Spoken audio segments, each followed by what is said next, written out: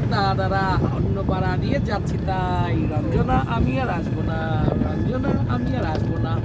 ধর্ম আমার আমি নিজে বেছে নেইনি, পদবিতে ছিল না যাই। মসজিদে যেতে হয় তাই জোর করে যাই, পথ চলে দুই একবার।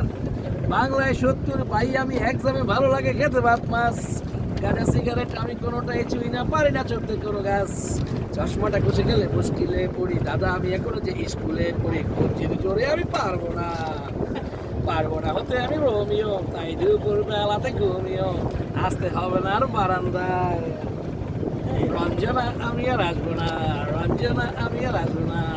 পাড়ায় ঢুকলে ট্যাঙ্গুলা করে দেবো বলেছে পাড়ার দাদারা, অন্য পাড়া দিয়ে যাচ্ছি তাই। রঞ্জনা আমি আর আসবো না।